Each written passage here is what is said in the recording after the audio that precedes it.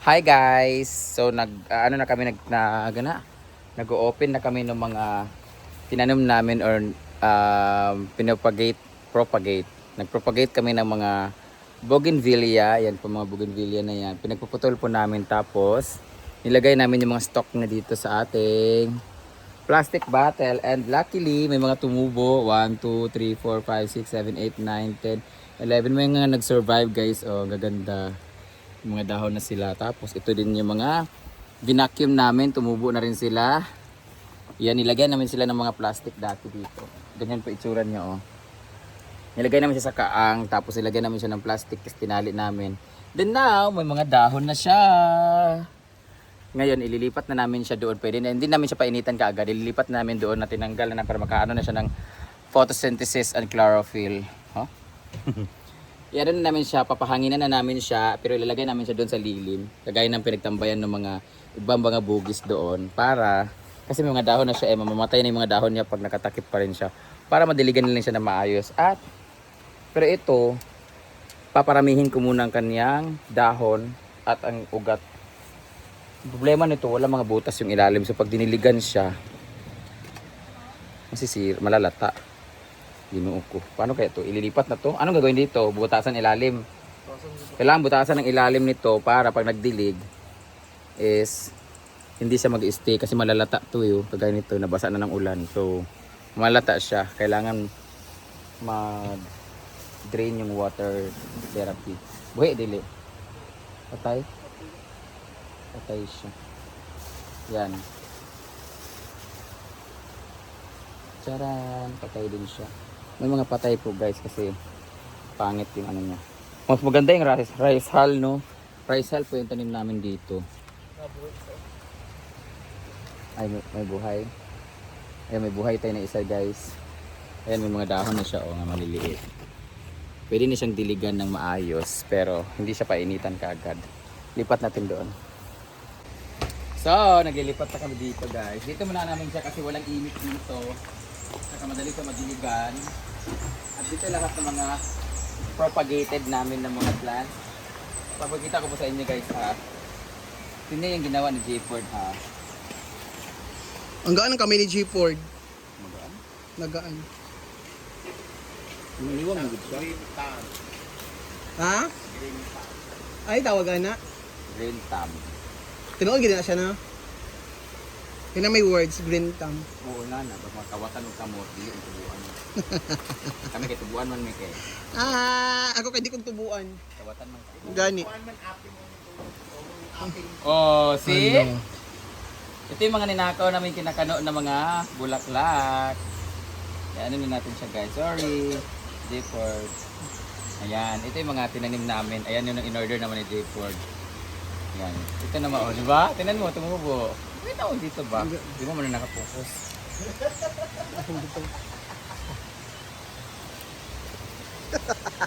Ito naman ang mga dahon sa otot-otot. Sa gunting Britney. Ganun ko, jibit di butang. Jibit di ganun. Gani. Sabi na ting sweldo, pagkapanggawas sa mga labhanon, anak bitaw.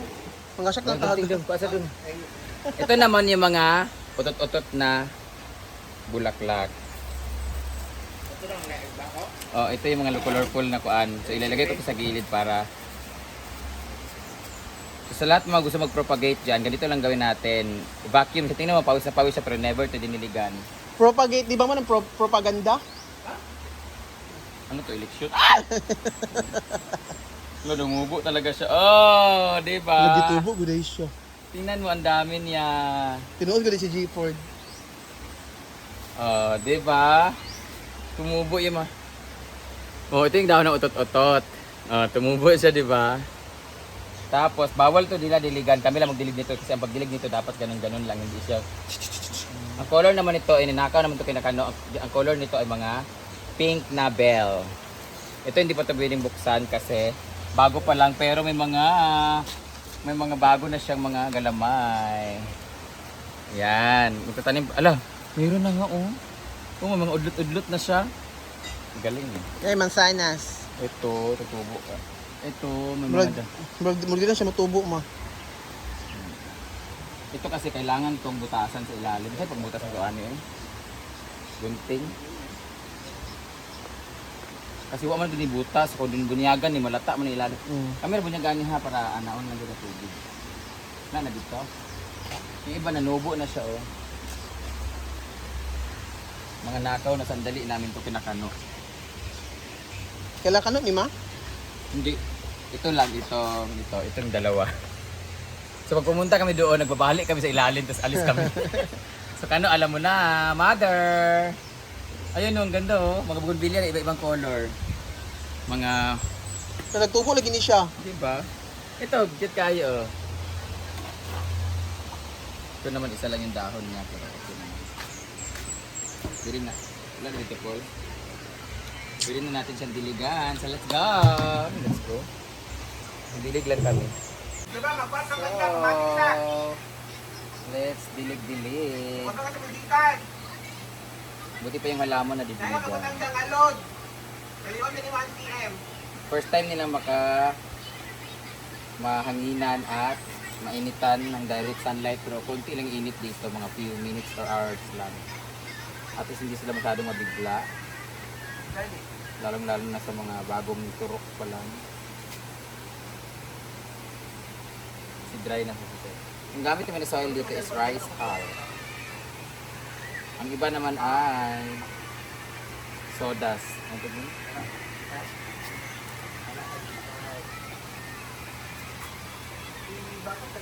Pero mas malaki pa yung mga dahon ng damo.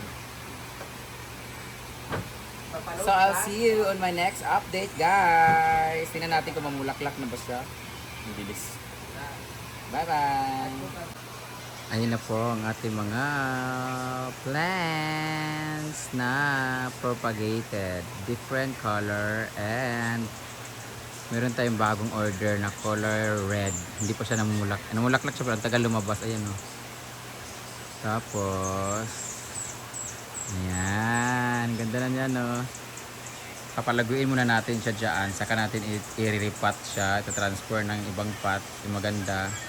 Kasama nung mga nun. Ayan. Pag dumating na yung mga pots natin na in order from Gelbert's cement flower pots. Ano din? Saka natin sila ililipat and yun. Iba-ibang color yan ng mga boogies. Wonderland. At dahil dyan, maliligo na akis. Kasi mainit na masyado. Ito yung mga different bougainvillea na pinagtatanim. Hindi ko marunong sa grafting. So ang ginawa ko, tinanim ko siya sa isang pot, 2 or 3 color na bougainvillea para maging ganito siya kahit hindi siya grafted. O, di ba? So yun ang ating bagong ano tawag nito? Landscape. Cute ng kutsarita oh. Ayan ito, Vietnam rose. Color pink. Hindi pa namulaklak yung violet and yellow. Nag-red na rin yung ating mga kutsarita. Pag nainitan kasi siya, nagre-red siya. Pag hindi siya nainitan, kumakapal yung dahon niya at nagiging green. Pero pag nainitan siya, red na siya.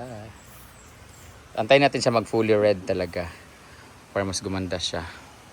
So that would be all. I'll see you on my next video. Bye bye!